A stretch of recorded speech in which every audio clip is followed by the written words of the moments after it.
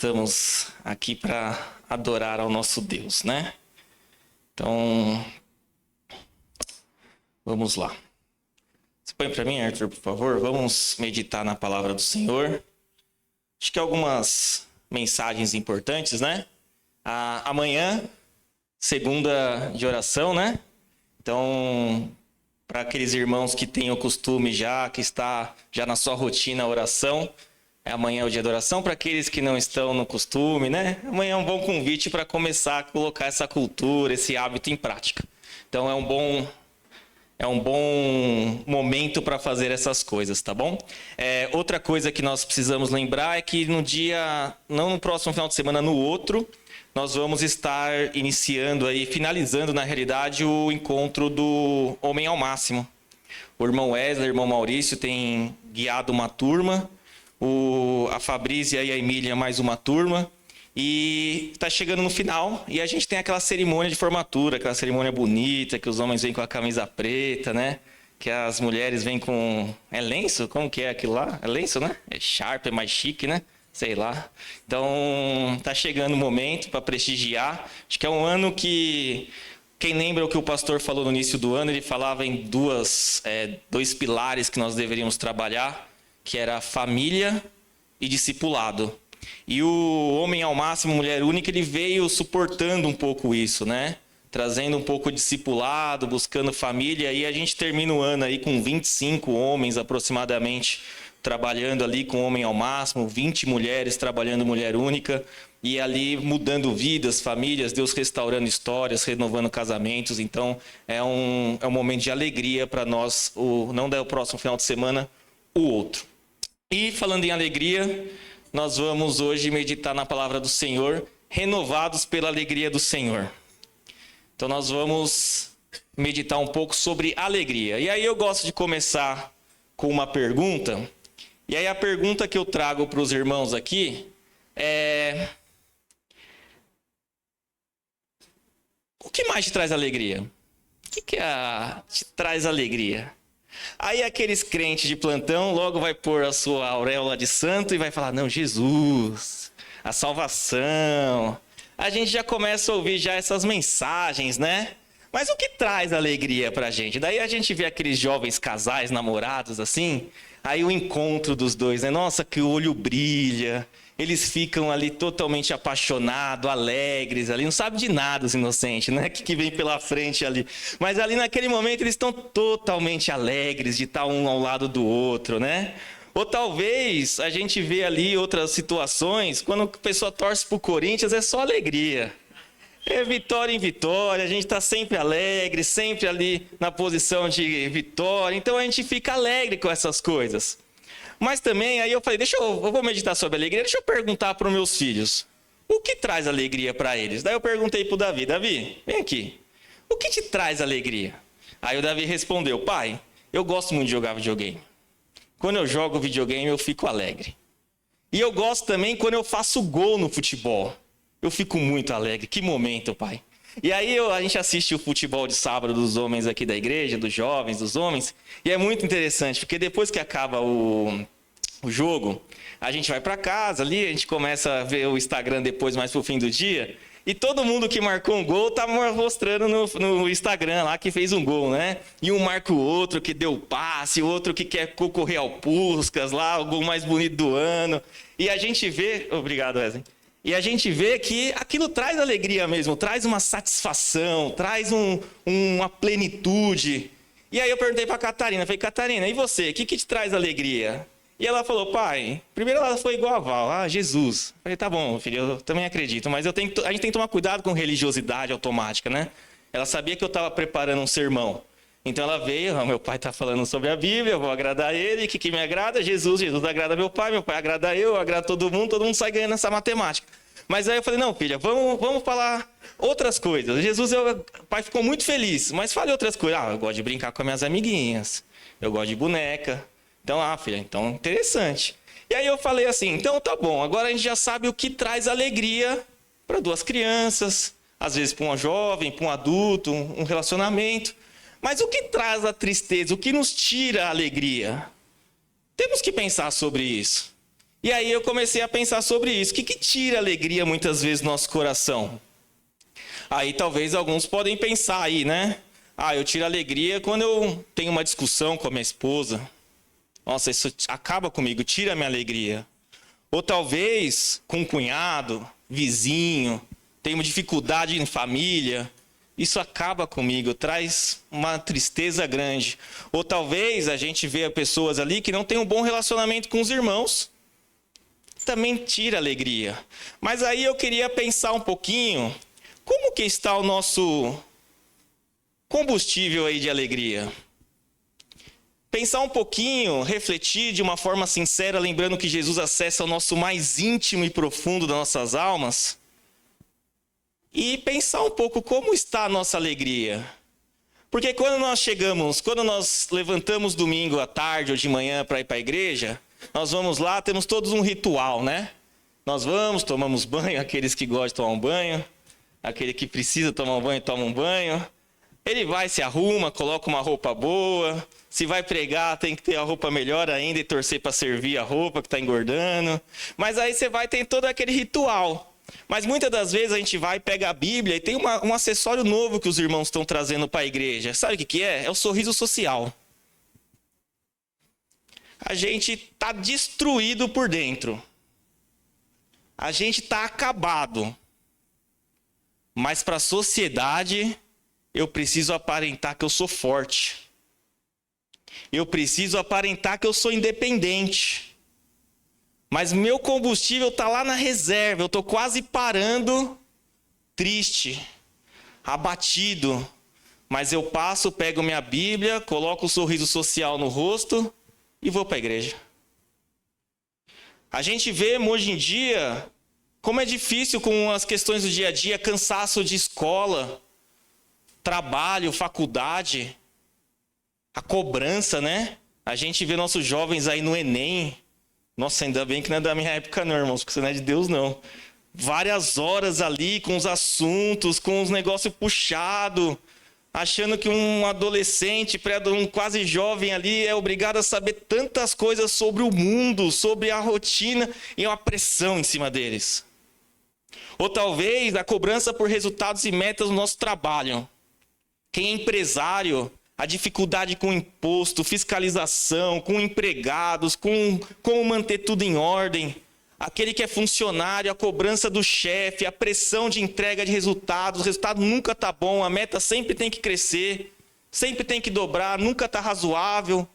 E aquela lá vai trazendo a nossa tristeza, nossa alegria vai indo embora, vai consumindo, e a gente vai entrando na reserva. Ou talvez entramos na busca pelo dinheiro desenfreado. Arrumo 2 empregos, né? Como todo mundo odeia o Cris lá. Minha esposa parece a Rochelle, não parece? Aparece 2 empregos. Eu tenho 2 empregos, por quê? Porque eu preciso de dinheiro. Eu tenho 3 empregos. Se eu tivesse mais tempo, eu teria 4 empregos. Por quê? Porque eu preciso mostrar para a sociedade que eu tenho dinheiro. Mas não tem nem dinheiro, nem tempo, nada, e a alegria indo embora, consumida. Ou talvez a solidão, irmãos. Existe a solidão acompanhada. É daquelas famílias que moram no mesmo teto, mas são totalmente solitários. Cada um no seu mundo, cada um na sua rotina, cada um nos seus afazeres.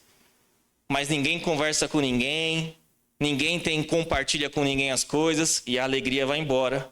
Mas existe a solidão daqueles que estão sozinhos aqui.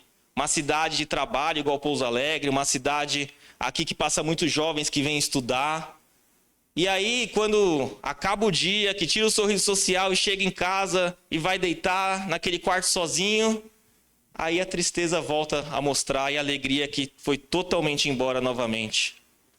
Então nós vivemos dias, irmãos, que a alegria do Senhor, ela precisa ser falada. Nós precisamos conversar sobre isso. Porque as situações de nosso dia a dia tendem a consumir o nosso combustível celestial, vamos dizer assim. E é sobre isso que eu queria meditar essa noite com os irmãos. Falar sobre a alegria do Senhor ali. Renovados pela alegria do Senhor. E aí o texto que nós vamos ler fica em Filipenses, capítulo 2, versículo 1 ao versículo 4. Filipenses 2 é um capítulo da Bíblia que eu gosto muito, é o versículo que está no meu casamento, Filipenses 2:2, no convite, né, do meu casamento. Não é um versículo de casal, mas ele cabe ali, né? Então é um versículo que me agrada muito. A gente teve a oportunidade de ir na irmã Helena, no irmão Jefferson, na casa deles lá, e ali a gente pôde meditar um pouco nesse texto. Esse texto é um texto que eu gosto muito. E aí a gente vai trazer um pouquinho uma reflexão breve com os irmãos sobre esse texto, que a palavra do Senhor diz assim, ó: se por estarmos em Cristo, nós temos alguma motivação, alguma exortação de amor, alguma comunhão no Espírito, alguma profunda afeição e compaixão, completem a minha alegria, tendo o mesmo modo de pensar, o mesmo amor, um só Espírito e uma só atitude. Tecnologia tem que ajudar. Aí foi. Nada façam por ambição egoísta ou por vaidade, mas humildemente considerem os outros superiores a si mesmo. Por favor. Cada um cuide não somente dos seus interesses, mas também dos interesses dos outros. Vamos orar, irmãos. Curve sua cabeça. Vamos orar para que Deus venha trazer sua palavra aos nossos corações. Senhor Jesus, Pai Santo e querido, te damos graças, ó Pai, por esse momento que o Senhor tem preparado a nós. Te damos graças, ó Deus, pelos hinos aqui entoados, por poder louvar a Ti, ó Deus. E te damos graças, ó Deus, por esse momento de reflexão da Tua palavra, onde podemos aprender, ó Pai. Encontra em cada coração uma terra fértil, ó Pai, onde a semente da Tua palavra possa adentrar, ó Deus, e no tempo oportuno, Senhor, dar os frutos, ó Deus. Que nós possamos sair daqui, Senhor, entendendo o que ser alegre no Senhor, renovados nessa alegria do Senhor, ó Pai. Possamos sair daqui não somente para a sociedade, Senhor, ver nós felizes e alegres, mas que realmente nosso coração esteja alinhado com isso, Pai. Te peço, ó Deus, que além de mim, não por mim, Senhor, mas que pela Tua palavra nós venhamos sentir o Teu poder, o Teu Espírito tocar em nossos corações, ó Deus. Em nome do Senhor Jesus. Amém. Então vamos lá. Então primeiro a gente precisa trazer um contexto aqui para essa palavra, né? Então aqui é uma carta do apóstolo Paulo à igreja de Filipe. A igreja de Filipe, irmãos, é uma igreja que ela fica numa cidade que é considerada a capital da Macedônia da época. É uma cidade grande para o momento da época, é uma cidade que tinha muita troca, mercadoria. Ela foi criada mais ou menos ali no Império Grego. O nome é Filipe porque o pai de Alexandre o Grande chamava Filipe. E aí ele, super criativo, ele colocou o nome da cidade de Filipe. Então ele era Filipe II, ele colocou o nome da cidade ali, quando ele estava avançando ali para a área da Macedônia, alguns lugares, ele estava ampliando ali seu território, ele colocou o nome dessa cidade. Então era uma cidade importante para os dias da época, né? E a gente vê ali Paulo escrevendo para essa igreja. E Paulo, essa carta é uma das 4 cartas de Paulo, consideradas as cartas de Paulo da prisão. Então Paulo está ali no seu final da sua trajetória, já nos seus dias ali, já no final da sua vida, lá em Roma. E ele escreve 4 cartas. Ele escreve Efésios, Colossenses, Filipenses e Filemão. Ele escreve essas 4 cartas, são chamadas cartas da prisão. E aí ali a gente vê nessas cartas que Paulo está escrevendo, a gente vê uma questão muito interessante. A gente vê Paulo aqui tratando alguns assuntos, e nessa igreja em especial, ele está contente com ela.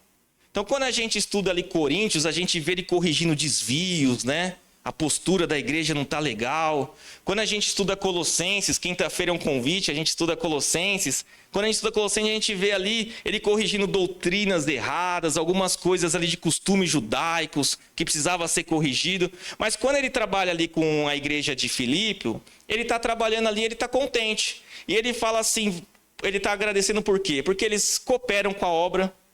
A gente vê versículo que eles estão cooperando com a obra de Cristo.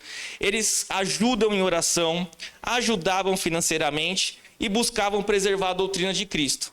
Então era uma igreja legal. Se tivesse nessa época, que era uma igreja que a gente podia buscar. E aí Paulo, várias vezes, ele vai falar sobre alegria nesse texto. Ele vai falar assim, ó, em 2:2, completem a minha alegria. A gente leu esse texto. Em 3:2, meus irmãos, alegrem-se no Senhor. No capítulo 4, versículo 4, ele fala assim, alegrem no Senhor, novamente direi, alegrem-se. E no capítulo 4, versículo 12, ele fala assim, ó, Aprendi o segredo de viver contente em toda e qualquer situação. Então ele aprendeu a viver contente em toda e qualquer situação. Aí a gente vai pensar assim, mas tá falando de Paulo. Queridinho de Jesus, né? Jesus vai em encontro com ele em Damasco, aparece ali para ele, faz uma promessa do apóstolo dos gentios.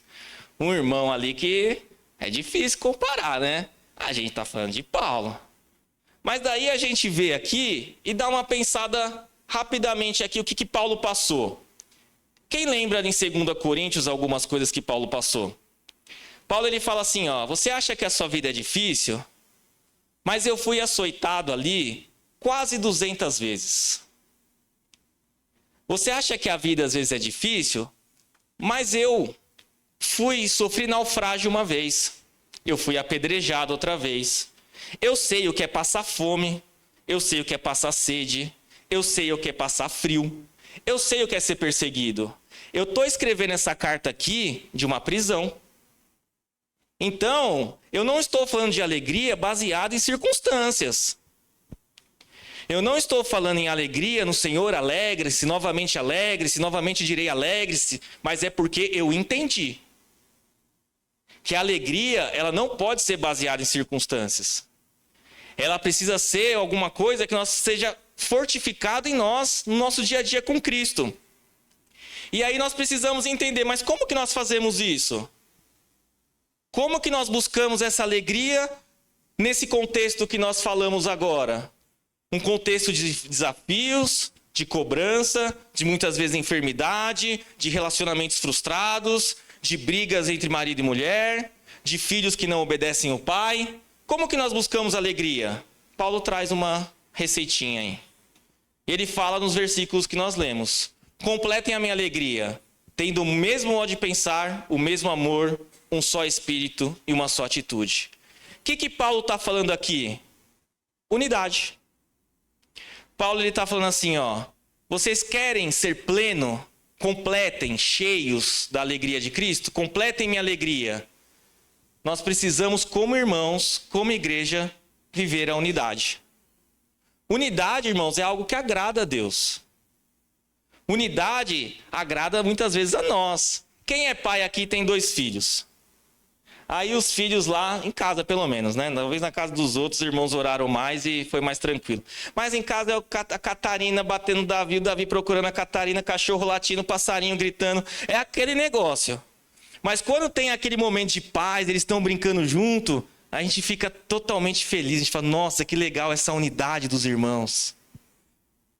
E Deus, nosso Pai, Ele vê a igreja dele, é mais ou menos a mesma coisa, irmãos. Nós cheios de pecados, cheios de defeitos, fazemos coisas que não deveríamos fazer, falamos dos outros o que não deveríamos falar, muitas das vezes tomamos decisões que não deveríamos fazer ali, tomar sozinhos. Mas quando nos reunimos aqui, precisamos corrigir essas coisas e ter unidade. Porque isso alegra nosso coração. Isso nos deixa pleno. E a Bíblia ela fala assim, se não for assim, não vai ser sustentável.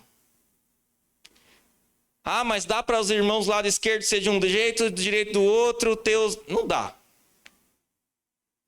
Mas dá para que eu vou na igreja, mas com aquele irmão eu não falo. Não dá. E você pode ficar bravo comigo, porque quando a gente toca em perdão, toca nessas coisas, as pessoas podem ficar bravas com a pessoa. Mas eu estou falando do que a Bíblia diz. Se nós não nos acertarmos com nossos irmãos, nossas orações são vãs. Se nós não tivermos comunhão, não adianta vir aqui ficar orando, ficar aqui louvando, ter uma voz bonita, gastar 2 horas do seu dia. Precisa corrigir essas coisas. Precisa ter unidade. Sempre que a gente vê falar sobre a igreja de Cristo, Cristo traz exemplos do quê? De unidade. Romanos 12, 4 e 5. O corpo. Assim como vocês têm o vosso corpo, a igreja de Cristo é o corpo formado por membros, onde um vai ser ali fazer uma função, o outro vai fazer outra função, mas todos estão interligados. Então está falando assim, unidade. Quer outro exemplo? Em Efésios, Paulo fala assim, vocês são como uma edificação, Cristo é a pedra angular, 2:20, acho. Cristo é a pedra angular e vocês são uma edificação, vocês vão crescer em cima dela. Edificação, você consegue ver aqui o que é cimento, o que é areia, o que é ferro? Não consegue nessa parede. Virou um único corpo. Virou uma única parte. Então, quando Cristo fala sobre igreja, quando Cristo fala sobre alegria, coisas que alegram, que deixa pleno, a unidade, ela faz parte desse caminho. Precisamos, irmãos, entender que para vivermos a plenitude de Deus, para vivermos a alegria do Senhor independente de circunstâncias, precisamos resolver nossos problemas e pecados aqui. Precisamos ajustar as coisas para que possamos, como unidade, seguirmos em frente. Como unidade, trabalharmos pela missão de Cristo. Nós temos na Bíblia um exemplo claro. Lá em Números 12, 13, nós não temos tempo aqui para poder discorrer sobre toda a história, ler. Mas Moisés chama 12 aqui, ó. Vem cá vocês 12 aqui, um representante de cada tribo. Vem aqui, ó. Vamos lá, vocês vão espiar uma terra, a terra que aqui, ó, Deus tem prometido para nós. Vocês vão lá, vão espiar, são os espias, né? Vocês vão lá, vão se infiltrar no meio deles, vão olhar e depois vocês vão trazer um relatório para mim. E aí se juntam os 12, fazem ali a excursão, vão até a terra e voltam. E aí quando eles voltam, eles chegam lá e passam um relatório para Moisés. Ó, Moisés, não dá, os caras são muito grandes lá. Mas tinha 2, Josué e Caleb, que falavam, vamos, é o que Deus prometeu para a gente. É o que Deus tem para a gente, por que a gente não vai agora? Mas os outros 10, ó, é muito grande os caras. Os caras parecem jogador de futebol americano, tudo grandão. Mas não, vamos. Mas não tinha unidade. Tinha 2 na direção do Senhor, tinha Moisés, o líder, e 10 fora da direção do Senhor. O que aconteceu? Retardou a bênção. E quanto o corpo de Cristo não tiver unidade, nós vamos retardar o plano de Deus em qualquer lugar, na família, no trabalho, na igreja. Então nós precisamos ter cuidado com isso, irmãos. Complete a minha alegria. Como? Tendo unidade. Precisamos ter unidade nas nossas vidas. Ela pode ser sacrificial. O que é uma unidade sacrificial? Você vai ter que ceder algumas vezes. Casamento é isso. Casamento, você diariamente tem que abrir mão de alguma coisa ali. Você quer ser feliz ou ter razão? Quer ser feliz. Então é abrir mão. É falar, não, até aqui eu posso ir.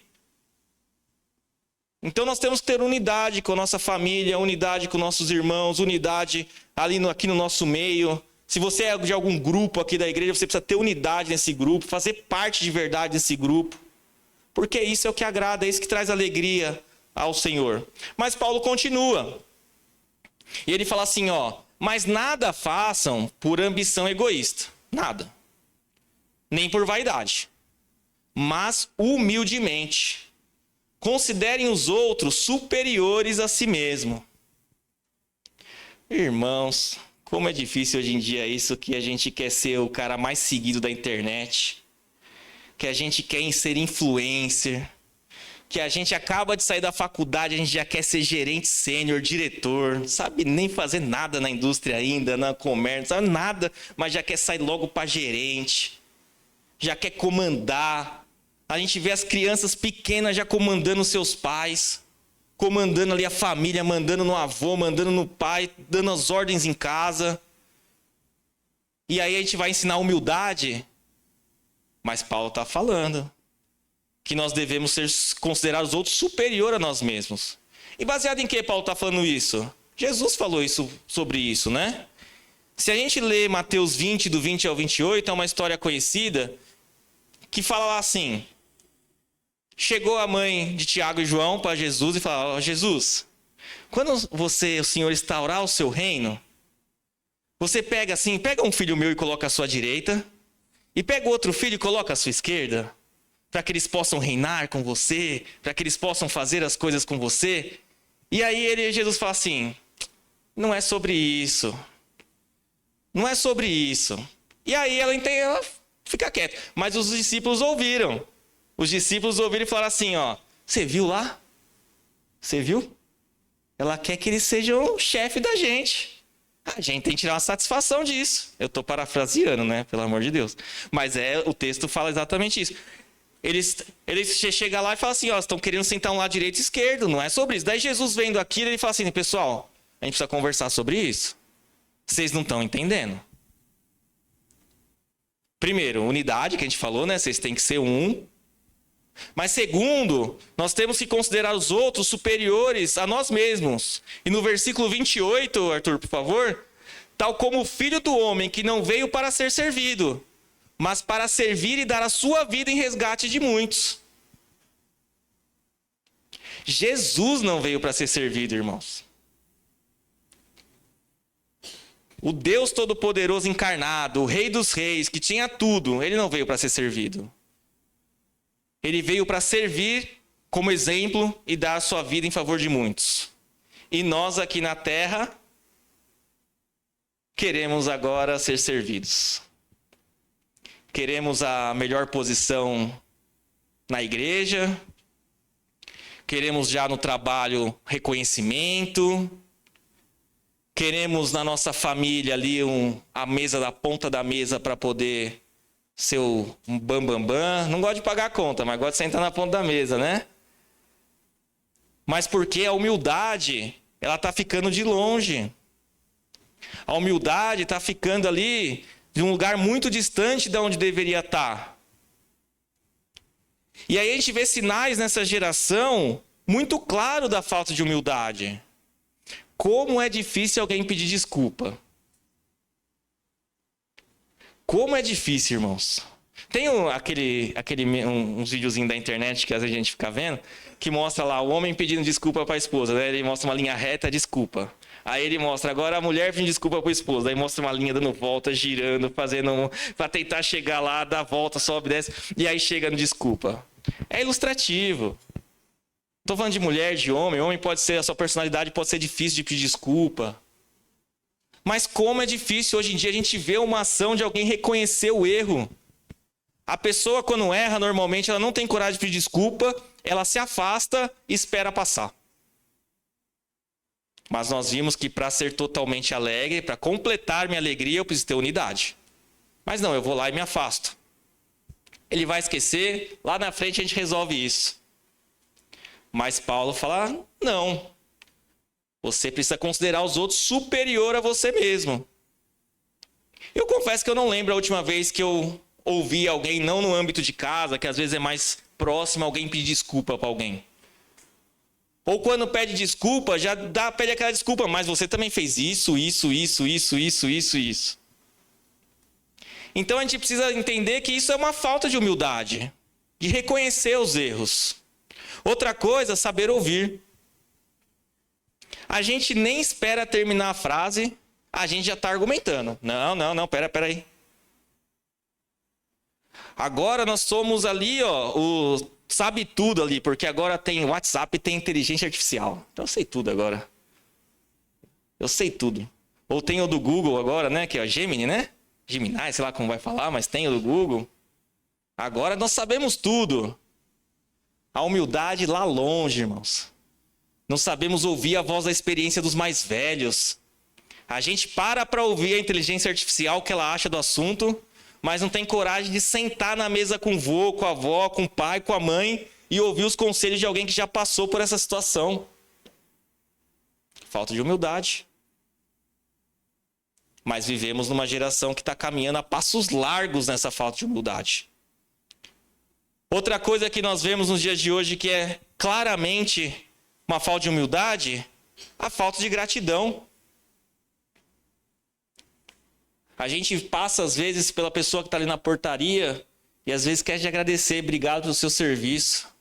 Nós buscamos nosso filho no ministério infantil e não agradecemos o trabalho que aquelas irmãs estão fazendo lá em cima. Nós ouvimos o louvor e acha que as pessoas aprendem música por osmose, vê no vídeo no YouTube e aprende. Tem horas de ensaio. Mas nós não lembramos nem de falar uma gratidão. E quando erram, a gente fala, não ensaiou direito ali, ó. Não estão preparados. Não temos gratidão pelas coisas que acontecem dentro da casa do Senhor. Ficamos medindo. Ficamos avaliando a palavra de Deus sendo pregada e às vezes a cabeça da pessoa está vendo se eu vou cometer algum fato, algum erro aqui. E pode ser, irmãos. Não desce uma entidade aqui. Mas nós pregamos a palavra do Senhor. Nós se dedicamos. Precisamos ser gratos pelas coisas que acontecem na igreja, pelas pessoas que limpam, pelas pessoas que fazem os eventos, que fazem o lanche do Brito. Precisamos ser gratos a todo esse organismo aqui de forma única, unida, de forma humilde, considerando os outros superior a nós mesmos. Não é porque canta bonito que é superior ao outro que prega, que é superior ao outro que ensina na escola dominical, que se reúne de quinta-feira. É um corpo, Romanos. Cada um tem sua função. Mas nossa geração, acostumada em ter, acostumada em ser em clientes, ela acaba não trazendo esse sentimento de gratidão. E aí a humildade ela acaba sendo algo muito sutil de se perceber que nós não temos. Talvez se a gente colocar aqui uma pergunta e resposta, você se considera humilde aí?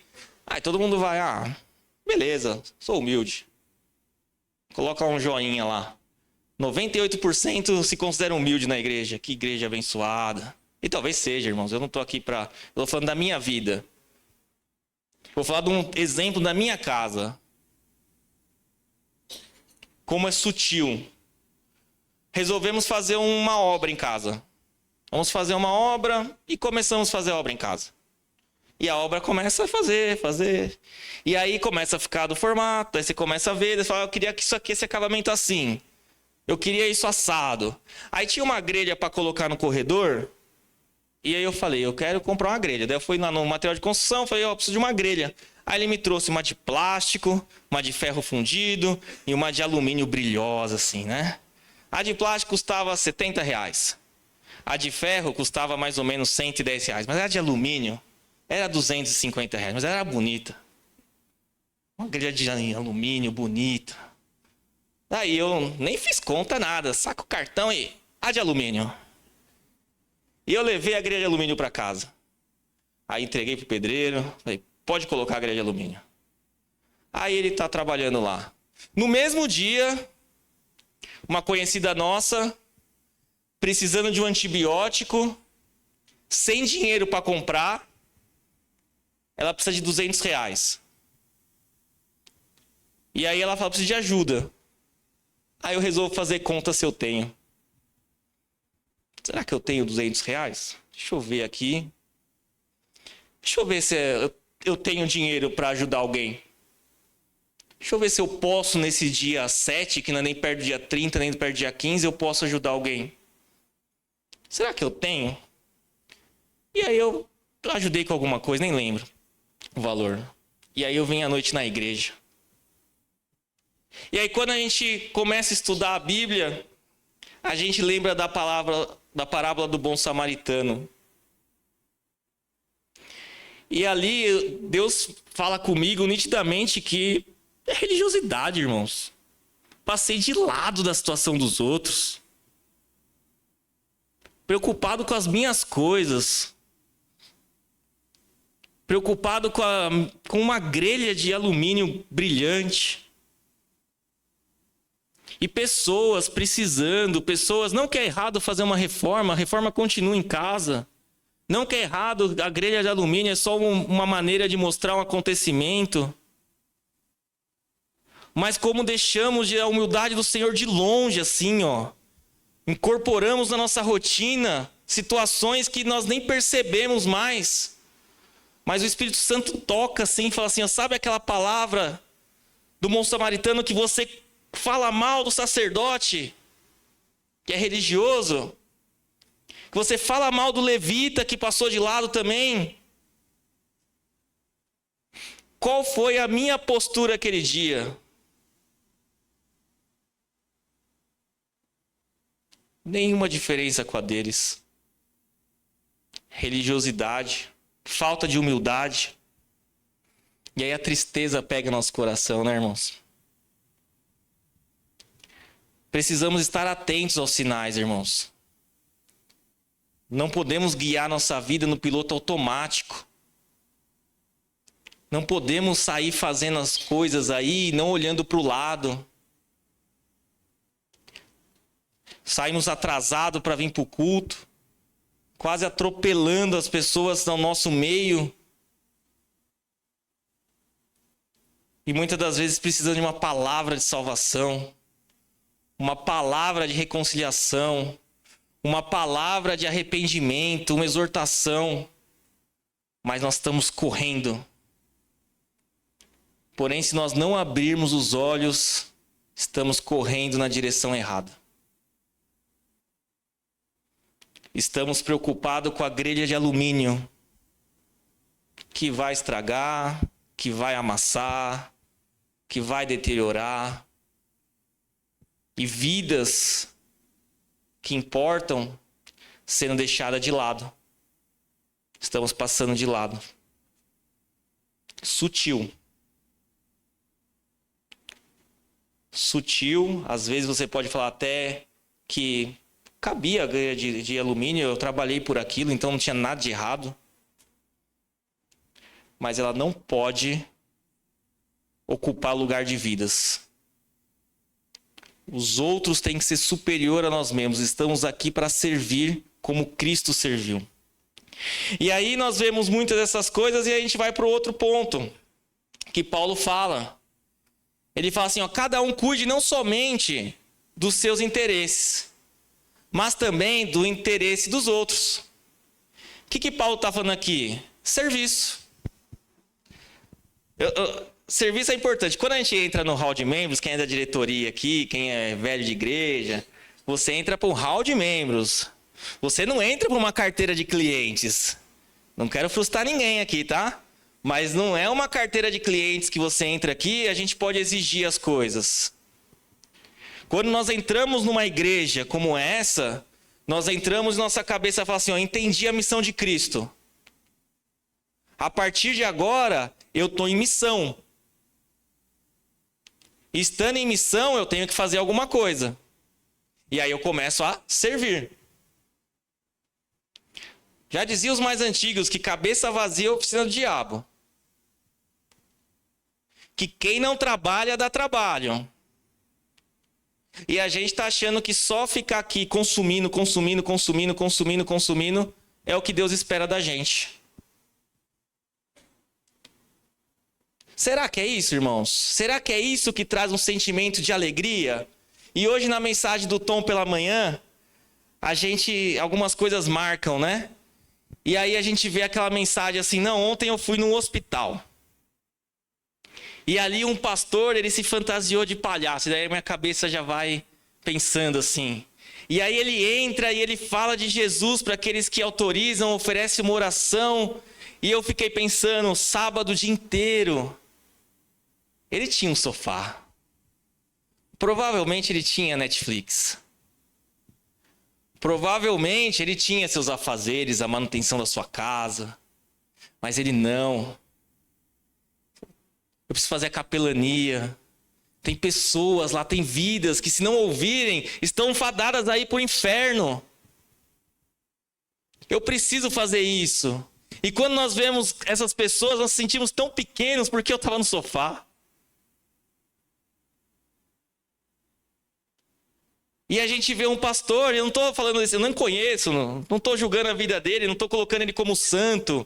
Eu só estou falando de uma atitude que nós podemos, como exemplo, seguir. Pessoas precisam de pessoas, irmãos. Pessoas precisam de relacionamento. Você precisa olhar para o lado e falar, nossa, eu conheço a vida do Brito ali, ó. Não para falar mal dele, não para fofocar da vida dele, mas para falar, ó, eu preciso orar pelo filho dele. Saber a realidade do outro irmão que está desempregado, do outro irmão que está aqui na cidade sozinho, no outro que está procurando um relacionamento. Para quê? Para que como Cristo ali busca uma igreja centrada e unida, nós possamos fazer as coisas de Cristo. Servir ao Senhor. Servir a esse Deus. E nós servimos a Deus quando servimos a igreja, mas nós servimos a Deus quando nós servimos nossa família também. Deus te deu uma responsabilidade, esposa. Deus te deu uma responsabilidade, esposo. Deus deu responsabilidade para os filhos. Porém, nessa dinâmica do dia a dia, se a gente abre ali os celulares, a gente vê as barrinhas lá. Quem gosta de gráfico, de matemática, lá vê as barrinhas. 8 horas de Instagram e crescendo.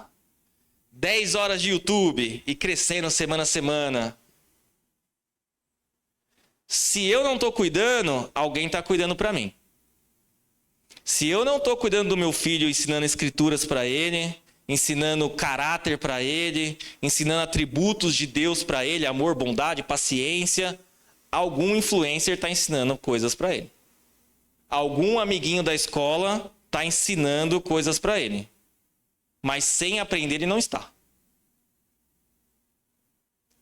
E aí passam-se os anos, a gente vai e fala, nossa, dei um azar, meu filho, minha filha, aconteceu isso e isso. Lógico que pode acontecer, irmãos. Deus tem seus caminhos, mas a Bíblia fala que nós devemos ser vigiantes.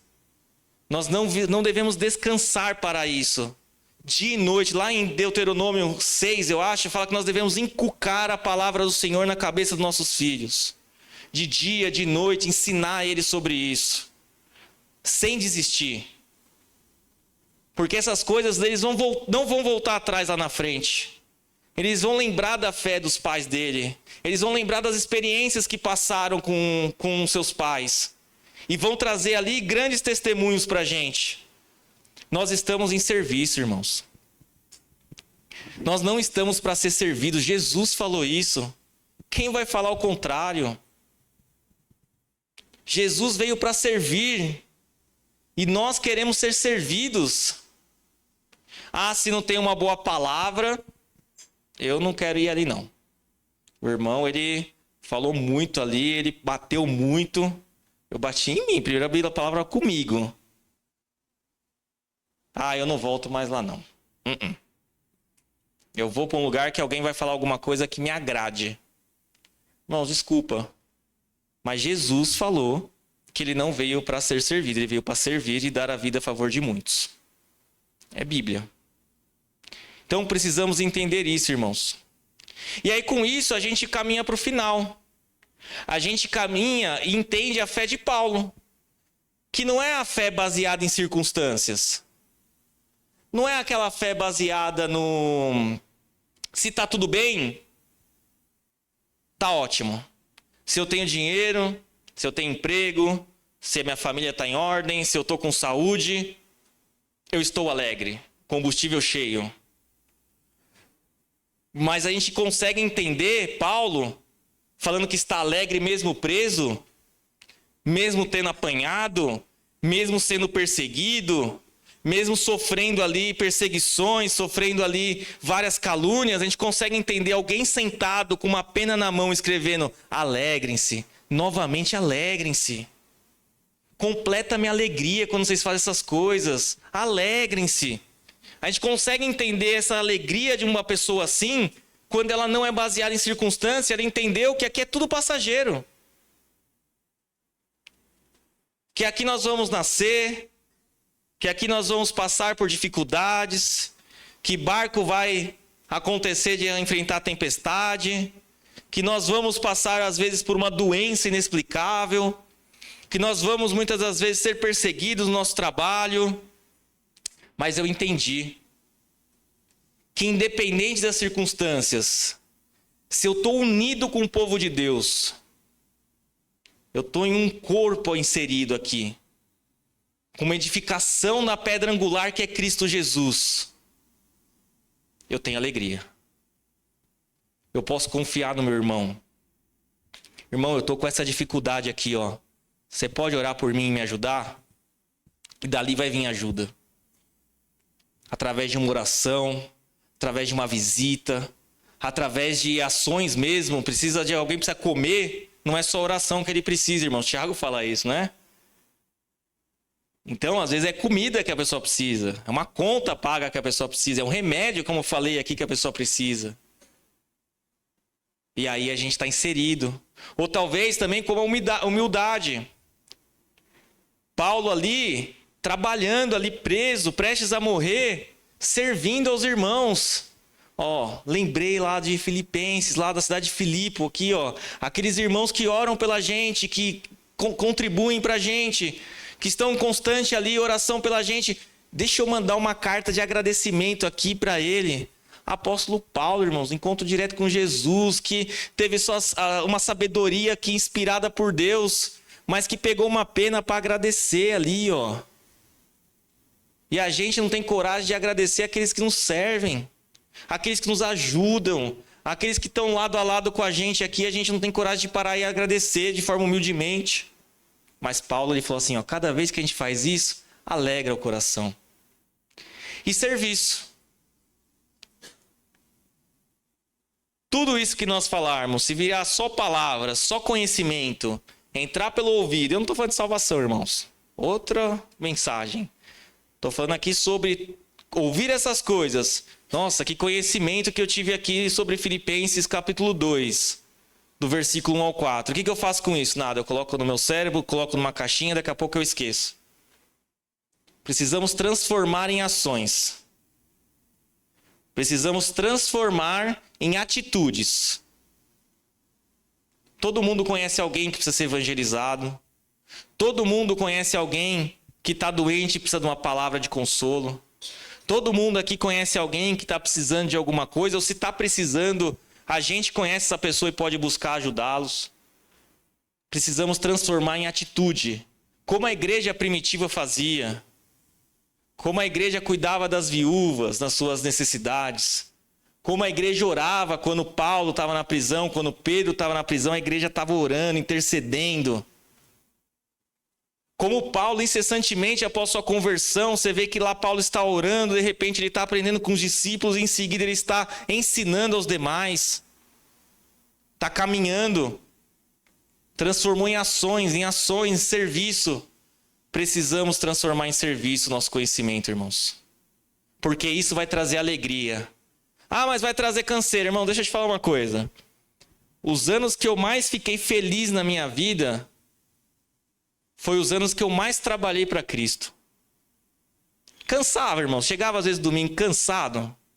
Chegava às vezes e falava, nossa, estou cansado, exausto, cansado. Mas quando você encontrava, por exemplo, quando trabalhava com a juventude, um jovem que te abraçava, um jovem que hoje a gente encontra e fala, a gente cresceu junto em Cristo. Ou talvez no ministério de Homens ao Máximo, vidas, casais que estavam a ponto de um divórcio, a gente vai através de oração, palavra, Bíblia. Hoje a gente vê o casal de mão dada. Vale a pena, irmãos. Vale a pena servir esse Cristo. Vale a pena fazer alguma coisa para Ele. Vale a pena estar unido com a nossa igreja. Ela não é perfeita. Ela tem falhas. As pessoas erram. Mas foi assim que Deus desenhou o seu plano. Foi assim que Deus falou, é assim que nós vamos seguir até Apocalipse, onde não haverá mais dor, nem choro. Ali as coisas se passaram e tudo se fez novo. É desse jeito que nós vamos. Precisamos seguir, irmãos. Precisamos avançar. E agora nós vamos orar. Peço que os irmãos curvem a cabeça. E eu gosto do momento da oração que, de forma sincera, irmãos, só você e Deus, que faça uma reflexão. Talvez a alegria seja a alegria social que você está vivendo nesse momento. E aqui para nós, nossa, como aquele irmão é alegre. Mas quando chega em casa, vive a solidão, muitas vezes compartilhada, uma tristeza e uma angústia no coração. Mas aqui até está com um sorriso social.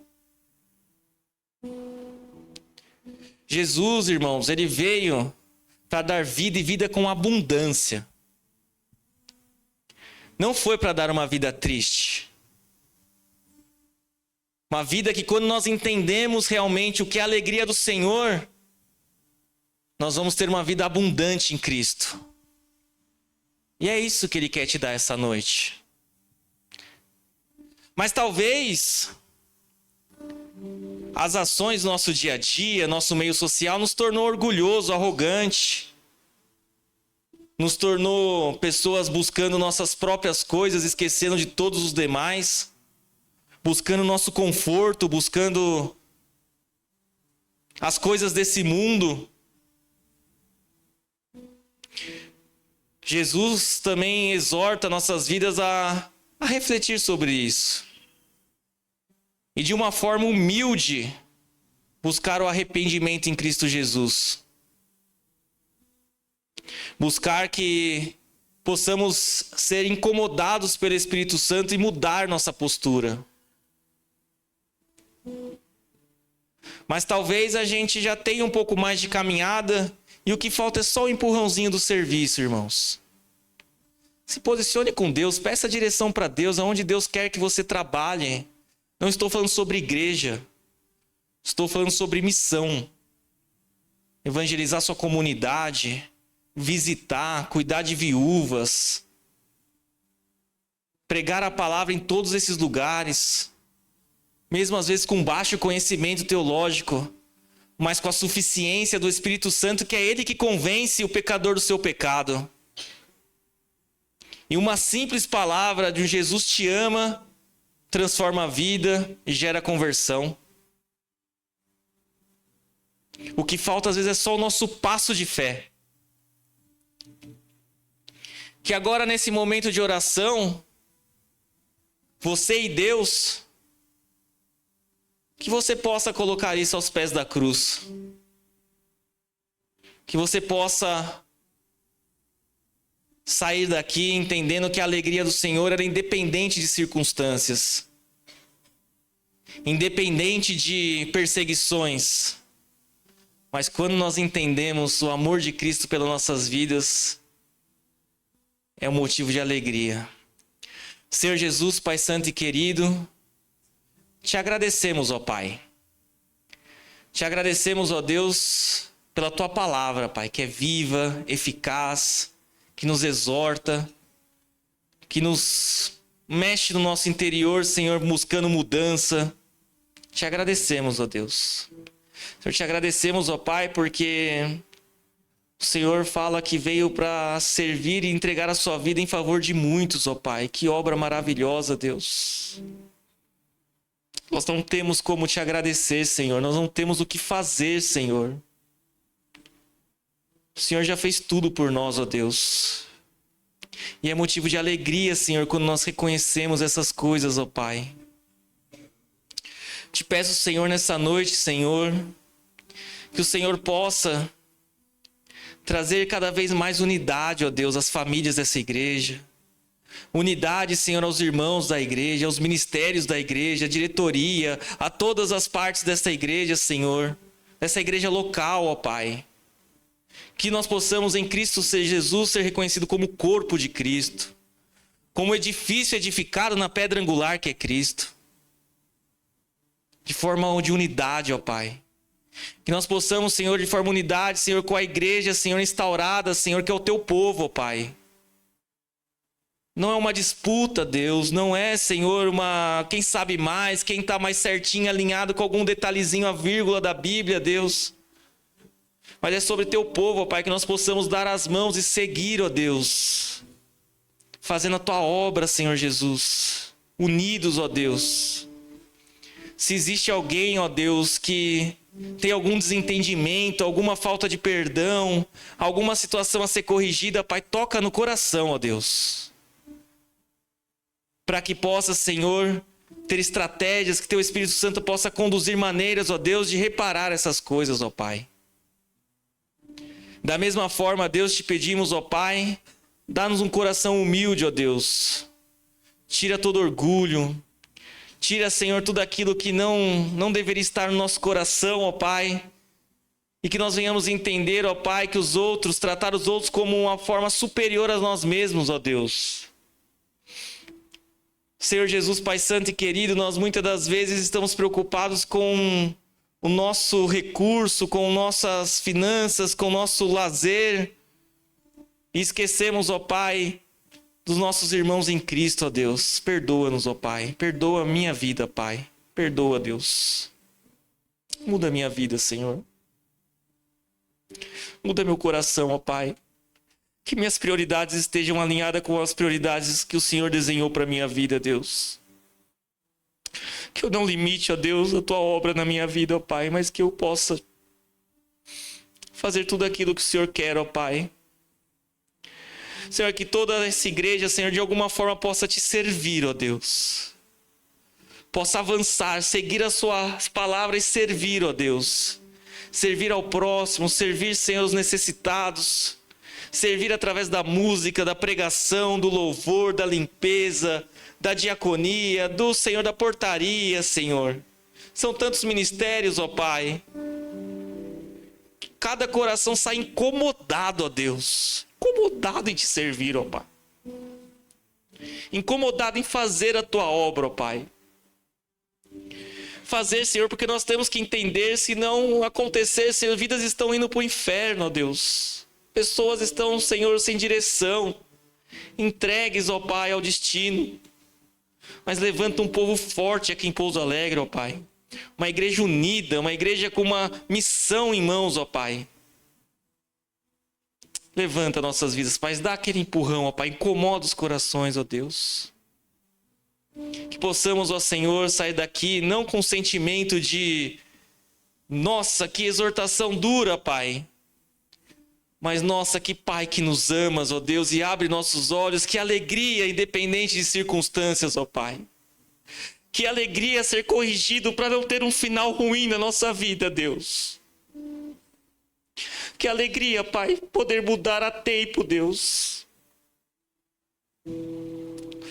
Completa a nossa alegria, Senhor, e é de cada coração aqui essa noite, Pai. Vamos louvar a Deus, Senhor.